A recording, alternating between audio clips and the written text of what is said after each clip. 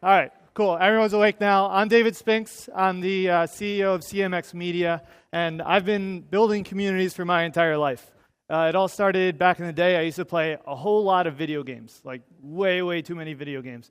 More specifically, I played a whole lot of Tony Hawk's Pro Skater 4. Yeah, there's one. There's always one. I'll talk to you later. All right, so we built a lot of forums and hosted competitions. I got to meet Tony Hawk. It's not a big deal. And pretty much that was when my eyes were open to the power of online community building. And these were my people. It's where I felt a sense of belonging. And it made me excited to better understand how these online tools can connect people. So I've spent the rest of my career building communities for companies like Zarly, Udemy, LeWeb, SeatGeek, and I've advised hundreds of companies on how to build communities. Now we started CMX Media and CMX Summit, which is bringing together kind of leading community thought leaders to share their experience building communities. So pretty much this is what I think about all day, every day. And so that's what we're going to talk about today, how to build communities. I want you to walk away from this talk with 3 very clear things. 1, what is community? Why is it valuable? 2, how do you start building community in a very simple and clear way? Right? I want you to be able to walk away from here and know how to start building community right away. And 3, how do you know if it's working? You've already started building it. How do you know if a community is actually working? Cool? Sound good? Oh, you got tired already? Come on. Sound good? All right, good. All right, let's start. What is community? It's a hard question to answer, especially in this audience, right? Social media has changed the way people think about community. And it's a tough one to define because I think we've all had experiences with community, but they're all different. They're all different contexts. So to illustrate what community really means, I want everybody to close your eyes. I know, I'm serious. You're on your laptop, I see you. Close your eyes. And I want you to think back to a community that you were a part of. It could have been recent. It could have been when you were a child. Maybe it was a sports team. Maybe it was a professional team. Maybe it's a family. Think about the community. Think about how it made you feel.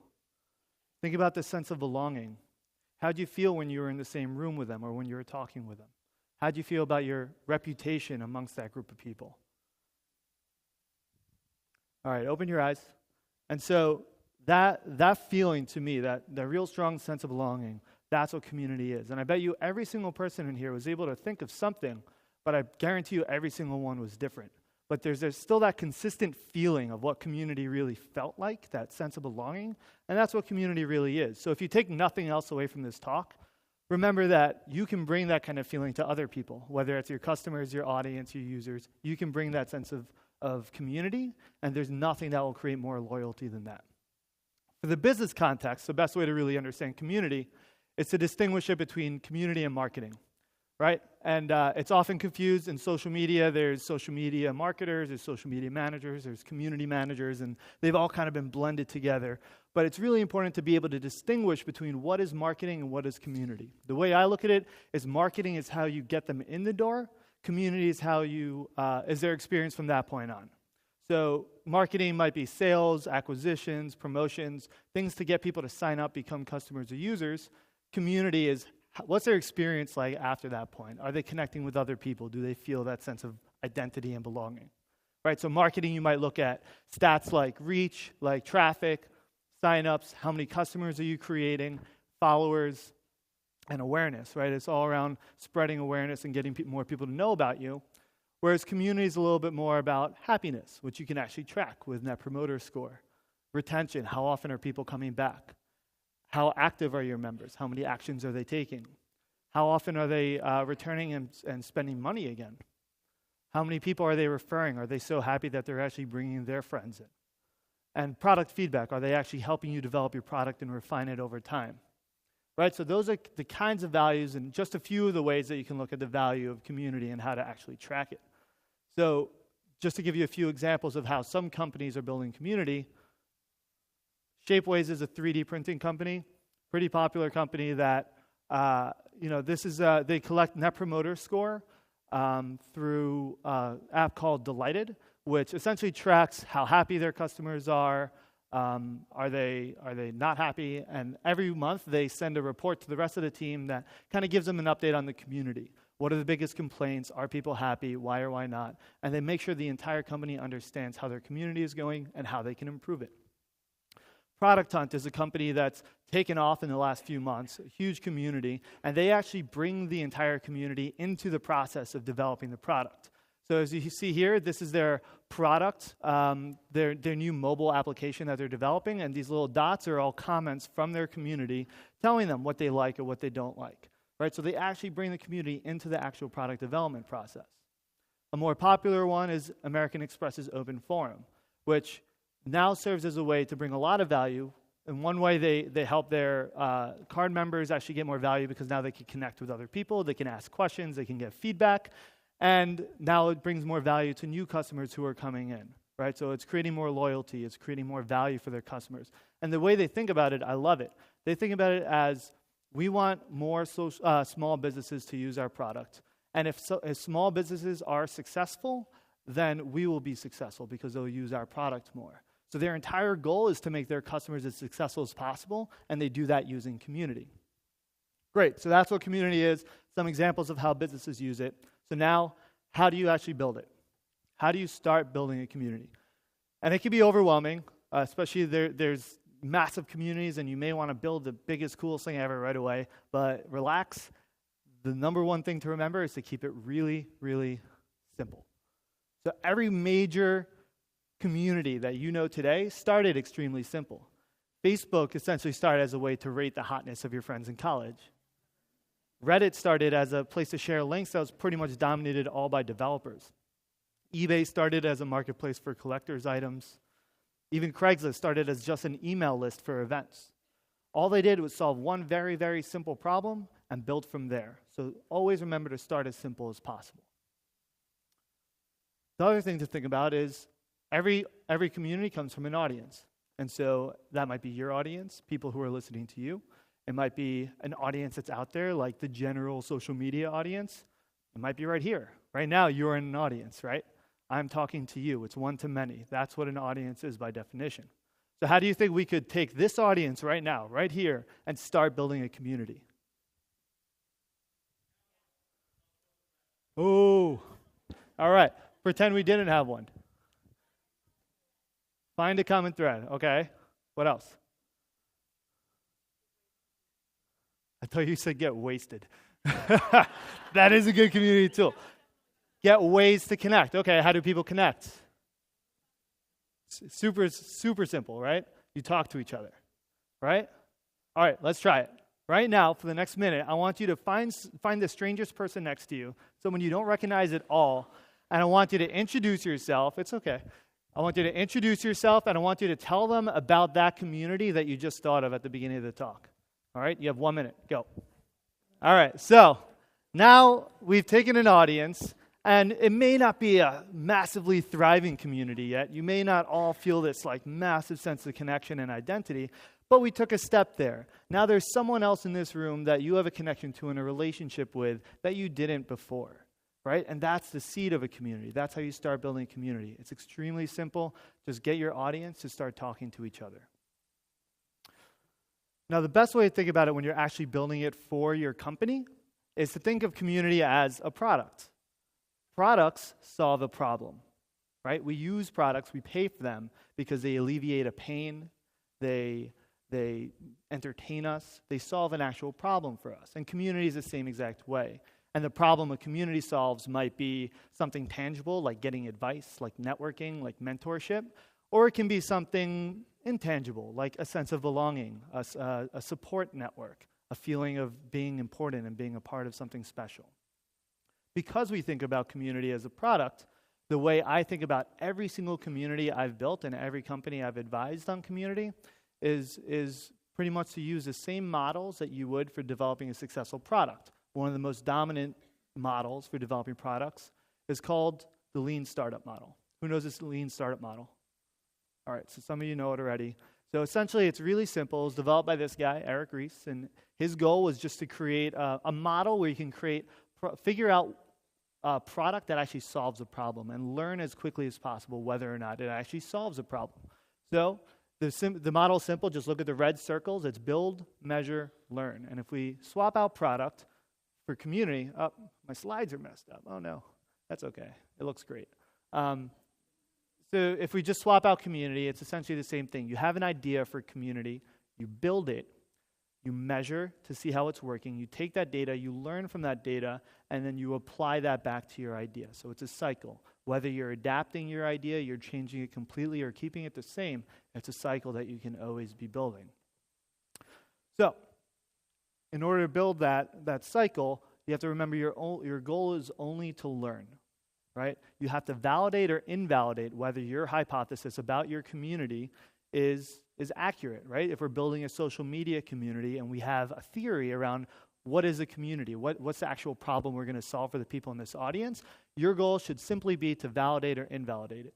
So every single feature you build, every single forum you start, anything you create, just think about whether or not it's actually helping you learn and validate or invalidate your hypothesis. All right, so let's get started. Every community is comprised of the 3 Ps. The people who are a part of it, the problem that they have, and the platform that's solving that problem for them, right? So that's going to be your idea. That's the format. Your hypothesis is that if you have these people and you solve this problem using this platform, it will be a successful community. How do you figure out what the 3 Ps are for your audience? Start talking to people. Simple. It's all really, really simple. If you want to start building community right now, walk out of this room, get on the phone, call up one of the members of your audience, and talk to them for 15 minutes. That's all you have to do. Within 15 minutes, you'll be infinitely smarter about what that actual problem is and who these people are than you were before. So talk to them. Ask them who they are, where they come from, what are their problems, what do they go to read, where do they go to meet people, what color underwear do they wear. Sorry. I snuck that one on you. Didn't even laugh. And so now you understand a little bit more about what their problem is, but they're never going to tell you what their real problem is. So you have to keep digging in deeper. And a popular model in psychology is to use the 5 whys. So you ask why 5 times. That's a theory, and you should be able to get to the actual root cause of the problem. So if I ask one of you, what do you want? And you said, I want a social media community. And I said, why? You say, well, I'd love to be able to connect with other social media professionals. And then I said, well, why don't you just use one of the existing communities? And you might say, everyone spams there a lot, and I really like to get into the data. I say, why do you want to get into data? And they say, well, I've been doing this for 10 years. I have a ton of data. I have a ton of research. I want to be able to compare it with other people and kind of share tactics for collecting this data. All right, well, why don't you just start an email thread with some of those people? Well, I don't really have time, and I don't want to do this on an ongoing basis. So it'd be great to just have that conversation once in a while. So now instead of just building another generic social media community, you're starting to see that there's a deeper problem and something more specific that you can build for. Maybe it's a social media community just for people who are interested in data, and maybe since they don't want to constantly be talking just once in a while, it's a monthly dinner series or something like that, right? So you can develop your hypothesis around what the actual problem is. Now that you've talked to some people and you've gotten deeper into the problem, add a survey, add some quantified data. So take the questions and the answers that you've received, put it into a survey, and start collecting that data from thousands of people instead of just a few. With all that information, you should have a pretty clear idea of what your hypothesis is. And remember, it's a hypothesis, it's a theory. You're going with your gut based on the information you have. It doesn't have to be perfect. So now you have a theory, the next step, to build it. So you're building your actual community. So in the lean startup model, you have a minimum viable product. We're going to replace that with minimum viable community, which means what is the simplest form of your community, of that product, that you can build to start solving that problem. So if you want to build a conference, maybe you start with a dinner. If you want to build a massive forum, maybe you start with an email thread. Remember, community is just about getting people to talk to each other. So if they have a problem and you believe that getting them to talk to each other is going to solve that problem, figure out the simplest way to validate or invalidate that hypothesis. The way to start inviting people is to invite the people that will feel the most special, right? So community is completely built on making people feel special about themselves, making them feel unique, making them feel like they're a part of something important. And the first people you should invite to your community are probably the people that you interviewed and that responded to the survey, because you've already invested in them and they've already invested in you. They feel like they're a part of the process and they'll feel more obligated to actually make that community successful. So start with the people you've already developed a relationship with. Start with the people you've invested in. and you'll start to see a community start to form. You'll want to give yourself a few months. You'll want to give it time to grow and mature and become something real. And then you go into the next step. Now we've built, and now we have to measure. So how do you know it's actually working? How do you know a community is working? There are 3 really simple ways to know if a community is working. One is data. So look at the data and make sure that you can look at active users. You can see how often they're acting, how often they're interacting with each other. You could do interviews again. You could follow up with the people you interviewed originally and ask them again, are we solving that problem for you? Are you actually happy? Is this going well for you? Follow your gut. Every single person in this room is a social person who understands people and how they connect with each other. So don't be afraid to follow your gut. You know better than anyone if it's going well, if it feels like it's pulling teeth to start conversations. And then you can use community psychology as a great way to bring in a framework for understanding how communities work and their dynamics. I'll give you a really quick framework for psychology that you can apply to your communities right away. The most dominant one is called the sense of community theory, which is started by David McMillan. That's him speaking at our CMX Summit. And so you can see it's broken down into membership, influence, fulfillment of needs, and shared emotional connection. We're just going to dig into membership real quick because that's really what matters in the early days of a community. And membership is comprised of 5 pieces. Boundaries, which state there are people who belong and there are people who don't. So that could be a paywall. It could mean it's invite only. It can mean it's a clique. If you have a group of friends that have spent a long time together, it's hard for other people to break into that. So it's a wall that says some people belong and some people don't. From that wall comes emotional safety. So do your members feel vulnerable? Are they comfortable opening up? Are they comfortable being themselves? Does that bring them a sense of belonging and identity, right? When you talk to them, do they actually identify as a member of your group, of your community? When you talk to your audience, to your fans, are they actually saying, I am a member of this community? Do they identify it? Do they feel that sense of belonging? Have they made a personal investment? So what does it take to actually get into the community, right? For a fraternity or sorority, that might mean pledging. For a professional community, that might mean you need a certain amount of experience or work, or maybe you need to take a test first to get in, right? What's the investment they're making? And if everybody in the community has made that investment, that binds them together as well. And over time, you'll see symbols start to form. So if you look at military symbols, they wear badges and medals. If you see sports teams, fans like to wear their team's jerseys. It's the words they use, the jargon. Do they come up with their own language? Do they have these symbols that binds them together and makes them feel that common sense of belonging? And ultimately, now that you understand whether or not your community is working, the final step is to pivot or persevere. You've learned. Now, if it's working, keep going, keep pushing. Even if it's just a little bit, you think it can go more, keep pushing. If it's not working, that's okay. Failure is good. That means you learned something, and now you can pivot and try something else. So just to recap, we talked about what community is and why it's valuable. We talked about how to start a community today, right now. And we talked about how you can tell whether a community is working or not. I hope you take this information and you go on to build thriving communities and convert your audiences into communities. And thank you very much. I'm David Spinks.